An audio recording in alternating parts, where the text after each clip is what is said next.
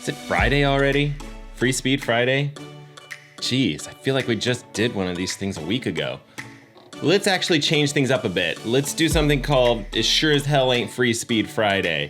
Today I want to talk about race wheels.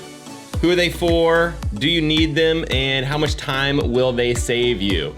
And then at the end, I think what I'll do is give like a couple of recommendations kind of for what brands I think you guys should check out when you're doing your research, when you're thinking about making a purchase.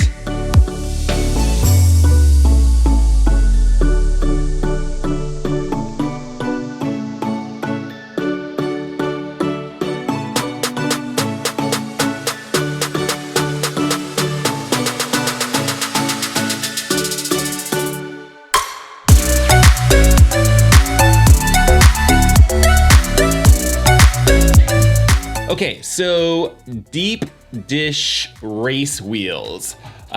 They are something that you're probably seeing at all the races, and you may be thinking to yourself, is this something that I need? Is this why these guys are actually biking so much faster than me? This particular race wheel is from a company called Flow Cycling. You can read all about their stuff on flowcycling.com, and they actually write a fair amount of like blogs and do a little bit of research here and there, just talking about aerodynamics and some of the stuff that I'll probably be going over in this video. But I don't necessarily think that this is the exact right pair for you. It's just the pair that seemed to work well for me for my particular racing requirements most recently. Why race wheels? Your normal wheels that you probably even have on your bike, wherever they are, they basically are a little bit more narrow. And they also probably have the same aluminum track that this particular wheel has. This is your brake track here. It's where the brake calipers close on your wheels themselves to actually slow you down and allow you to stop. That's fantastic.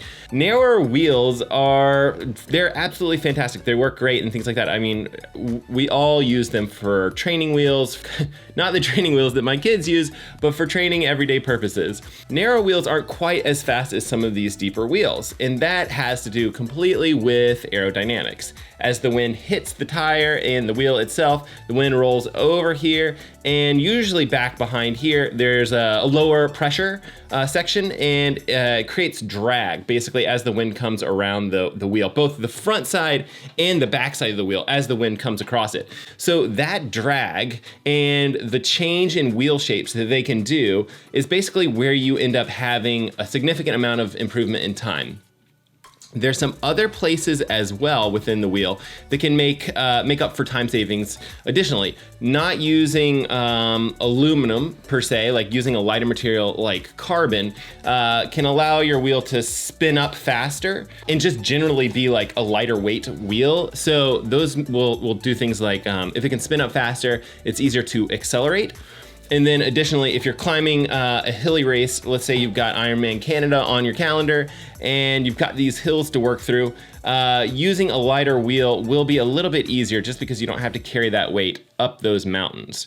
Okay, so that is a little bit of why race wheels or deeper wheels are faster. However, how much faster are they? And this is, of course, going to be hotly debated, right? So a lot of these wheel manufacturing companies will take their wheels to wind tunnel tests and put certain tires on there and try to get the best performance that they can give so that they can pass on the best numbers they possibly can come up with to you guys. But what I want to do is just give you guys like a general idea of how much time you can kind of expect to save when you fork over the dough for these particular like race wheels. I would say take it with a grain of salt for sure. With a normal race wheel, and these are kind of between 60 and 90 millimeters in depth, I would expect to see about 2 to 3 minutes savings in a 40K in favorable conditions, and then really quite a bit in an Ironman 10-minute range. But these, in most cases, are a combined benefit. So unless you're riding a unicycle like Jim over here, Jim, you're a freaking badass, man. You're riding that unicycle in that triathlon race. You are a badass. You know, in all other cases, when you're riding two wheels, the benefits are pretty large. Now, that being said, these gains are not free at all. There are different wheel companies. They're trying to do things affordably. This company, Flow Cycling, is one of the companies that I think as they started, that was kind of their mission, was to try to make affordable aerodynamic wheels. Prices for these, I'll look them up and put them below because I can't remember off the top of my head, but I think you're still spending $1,000. Again, the other thing you can do is they'll sometimes run like a blemish sale or something like that, where the wheels are safe, but maybe like the stickers are a little bit messed up. There's some things like that you can do to try to find spots to save money.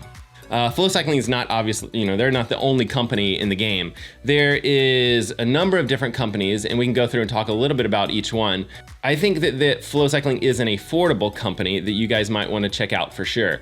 Another affordable option that I would discourage you guys from checking out is there's a number of different websites like Alibaba and some different places where you can find Chinese manufactured carbon wheel sets. I'm going to discourage you guys from doing that because I don't think they're safe. We need to be able to brake quickly with these wheels. We need to be able to ensure that they're not going to have a defect and the carbon is not going to fail, because as these wheels fail, you are definitely going to crash if you're descending a mountain or even just riding the flats at 20 plus miles an hour.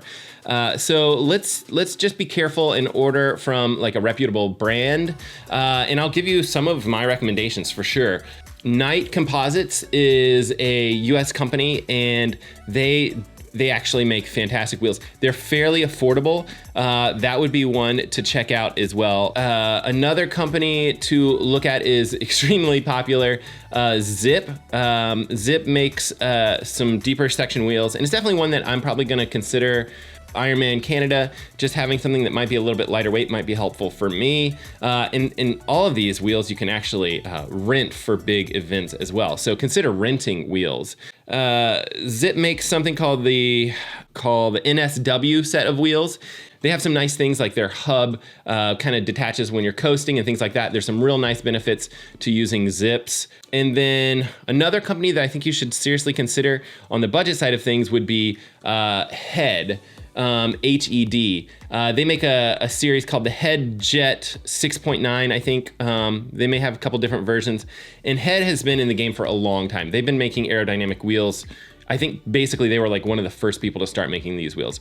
They have some that have like the aluminum track, and they have some that don't, but they are extremely aerodynamic. They do very, very well in the wind tunnels, and they brake well, and they're, I think, probably a little bit more affordable than, say, Zip or Enve, which Enve is probably the last company that I'll mention. I'm super interested in that particular company. They make very, very nice high-end race wheels. They brake well, they test extremely well in the wind tunnels, and the only problem is they're super pricey. I think you're spending like $3,000 just to get a pair of their deeper section wheels. I think they're the 7.8. Someone will correct me if I'm wrong in the comments, but that sounds right to me. They are pricey. I think they're probably the most aerodynamic in some ways. They do a great job on all their products. They also do a lot of mountain biking products, and they do, I think, some handlebars and some different things like that. A lot of carbon projects.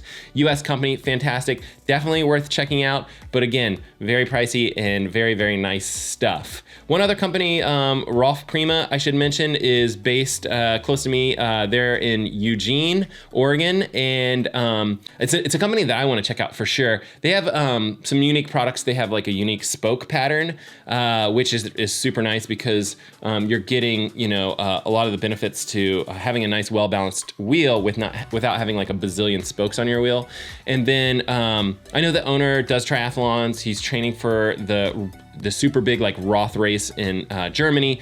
And so that would be a super awesome company to check out as well. They're gonna have some fast wheels.